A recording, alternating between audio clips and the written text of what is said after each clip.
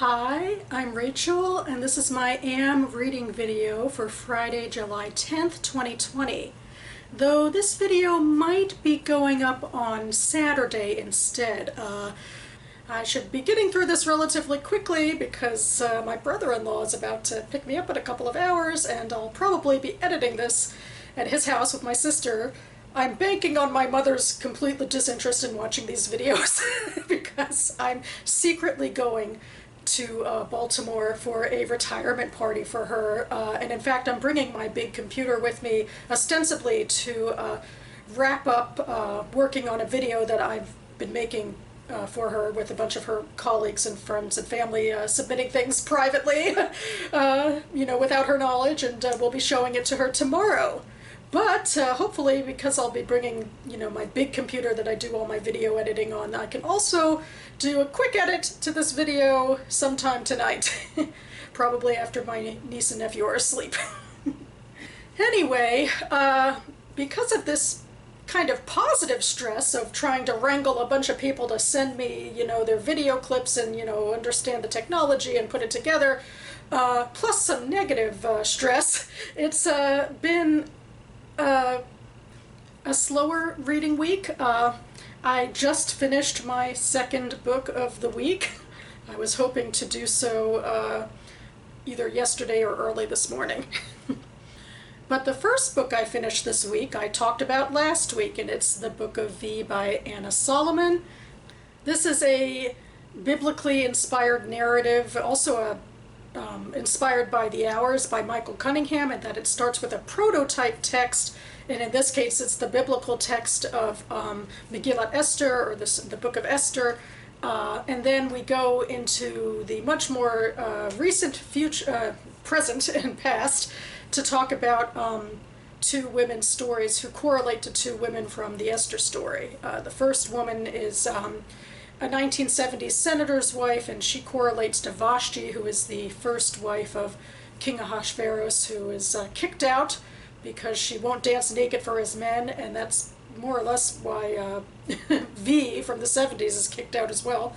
And then we go to the more modern day storyline in 2016 with the Esther character, who is a second wife and sort of trying to understand her place in all of this. She is a stay-at-home mother, and she feels a lot of guilt about not making more of a professional name for herself in this time when it's a lot more okay for that to be what women do, and even what they might often need to do.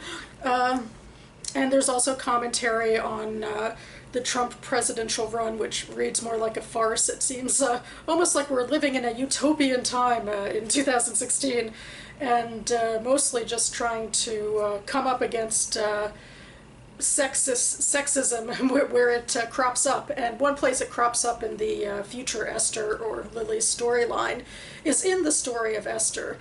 She and Purim is coming up for her family, and her daughters want to get involved in their synagogue's carnival, and she's sort of buttressing against the idea that she doesn't really like the whole story of sort of the saintly girl that saves her people, and that's all there is to her. There's other elements that are controversial in Megillat Esther in the story, but they're a little more on the down low in this novel. This novel deals a lot with women and the society of women. Like, that's what Solomon does in each of her three stories. In the biblical story, like a lot of biblical retellings, it's fantastical, there's magical references, it reads, less like fact, but more like, like a myth. But a different type of myth where more of the characters get to be fleshed out, and she twists some things around so that there's a much more focus on what it means to be a queen and what it means to have your life dictated by the men, and sort of a give and take relationship between Esther and Vashti even, and also between Esther and members of the harem that where she's being puffed up to be one of the contenders to be the second queen. And I think she does some interesting things too with Ahasuerus and the vizier, who in the Purim story is known as Haman. He doesn't get that name here, but there's some sort of inklings about their personalities that she fleshes out a bit more, and I found it to be really interesting. I mean, I just enjoy that sort of fantastical stuff. or at least I did here, I think just because I liked how these themes were being discussed. And I also, I really liked the two modern day storylines. I think I liked V's a little bit better. She's coming up in this world of really interesting contradictions because she's a senator's wife, and in the 70s, a lot of these wives of powerful men had a lot of influence on their own and were able to give their own opinions on their own, and even influence their husbands to a certain degree. And around them, there's all of this sort of feminism that's wafting up that's mostly seen as radical. And a lot of the talk is about like getting rid of girdles, or, you know, what do women want out of their lives other than motherhood and child rearing. But these women kind of see themselves as above that because they have power. And I guess that's the interesting aspect of bringing the Vashti story into it, because that power can be taken away by men. And that's what happens to V, and it sort of shakes up her life and what she sees of who she is as a feminist, and what she wants for herself out of her life. And then I was interested too in the Lily story. I think it took a little longer to get off the ground and to really get interesting to me. I mean, it's surprising even because the first elements were a little focused on Purim and the synagogue, and I've been so gung-ho about wanting to see more of that sort of representation in Jewish fiction about a progressive synagogue, and that's how these Jews think it to a degree about their Judaism. But I think what was the more interesting part, and I guess it was a little uneven too, like too much going on in the Lily storyline perhaps, but the most interesting part was with her mother, who's this sort of die-hard feminist who I think is, in a way, is what Lily is chafing against. Like, oh, she became this stay-at-home mom and her mother is so disappointed in her, and her mother is now dying, and so that brings really, you know, interesting elements to their relationship, as these things do. And then we also learn that her mother is a character in the V storyline. Again, like The Hours by Michael Cunningham, there's, you know, a crossover character or two. But I really liked it. I liked the writing style. It felt very prescient stream of consciousness. The characters were fleshed out, and they were well inundated into their own lives, but they also could take a look at broader issues around them. And I always like an author who can find a good balance about talking about sex without being, you know, overbearing, but, you know, but still being honest about it and how it affects the characters. So I really liked this work a lot.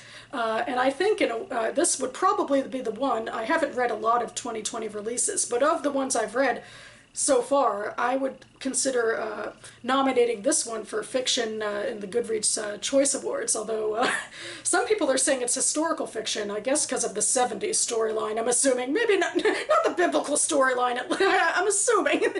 But anyway, I really liked the book, and I wrote a review that the author contacted me about. She liked it, so huzzah.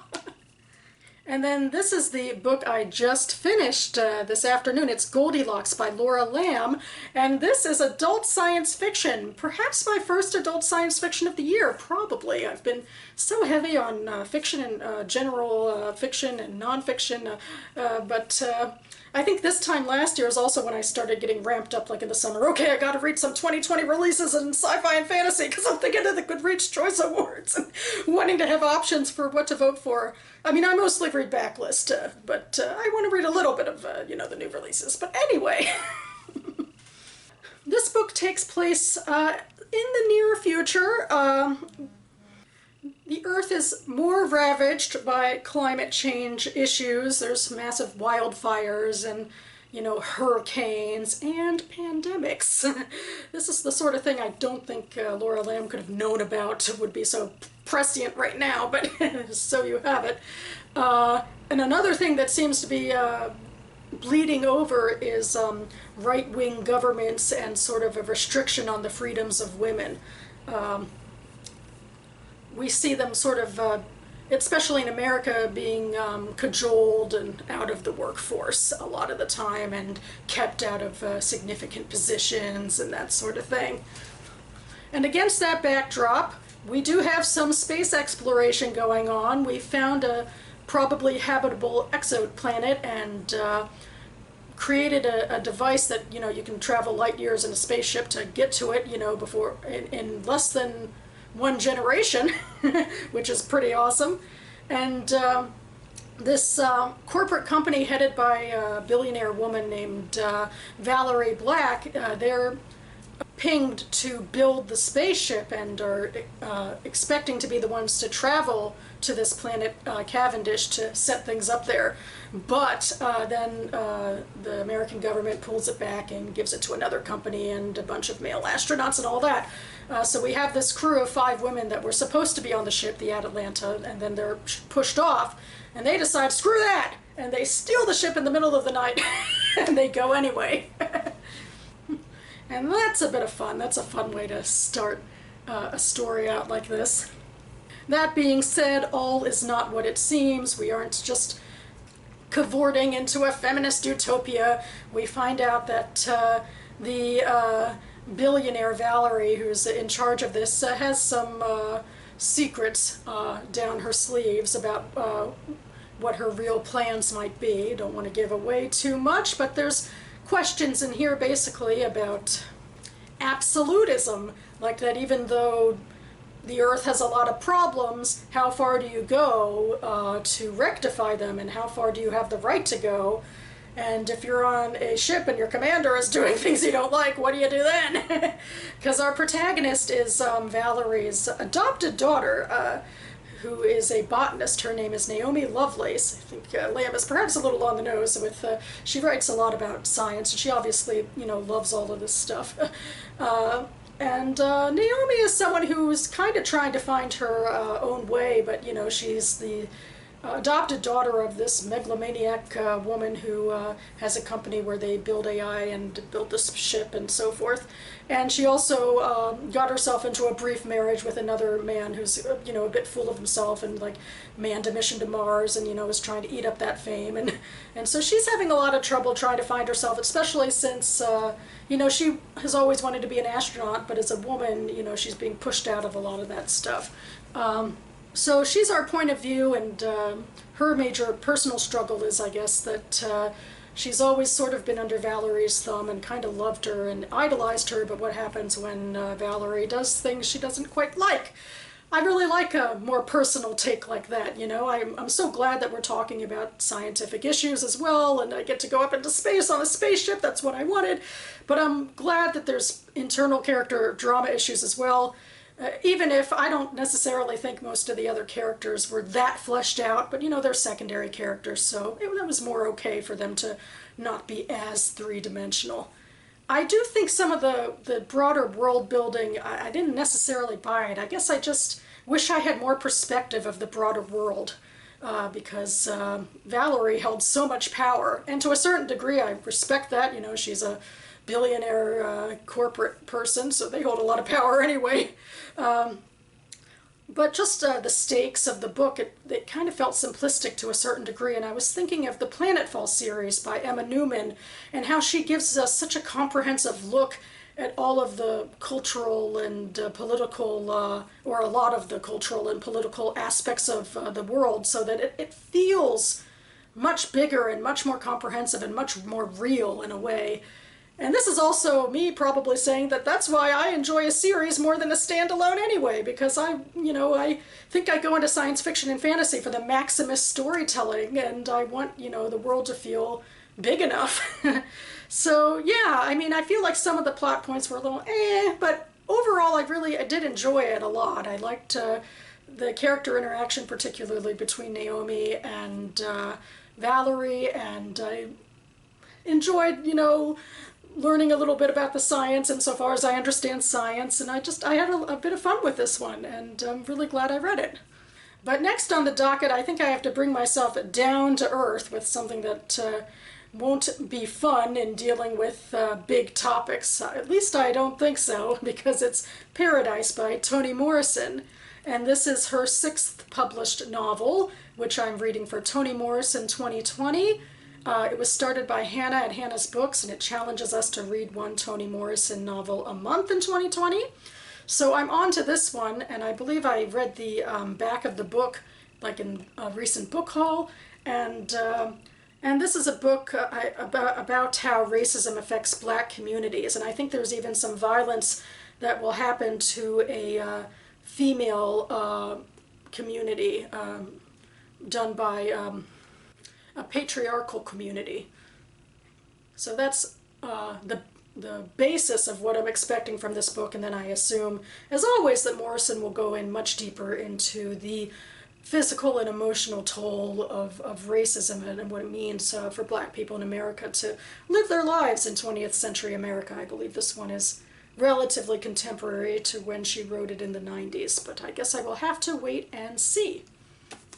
So that about covers it for me now. I think I rambled on more than I thought I would, which is my usual MO, but I'm kind of glad I did because it's been a kind of rough week for me. I mean, mostly positive stress in terms of what I talked about with wrangling people to get this video together for my mom, but next week I'm also facing an administrative hearing with DC unemployment on my birthday, no less, and I've been trying to cobble information together for that and understand all of the legalese of what's going to happen in this hearing, and so that's been a lot more negative stress that's taken me away from my reading, and it's a bit of a shame in a way that it has to take place on my birthday, this hearing, but at least once it's over, hopefully I can put it behind me. Not sure I want to go into all the nitty-gritty details of it, but hopefully it'll turn out okay, and if not, I'll have other recourse available to me, and I gotta say that overall in my life I'm still very fortunate, although I'm still on furlough because of coronavirus. I'm still healthy, and I expect my job to come back sometime. I'm in huge limbo, of course, about when things will actually open back up, but at least I should have a job to return to when that time comes, whenever that time comes. So just trying to keep a little bit positive here, keep things in perspective.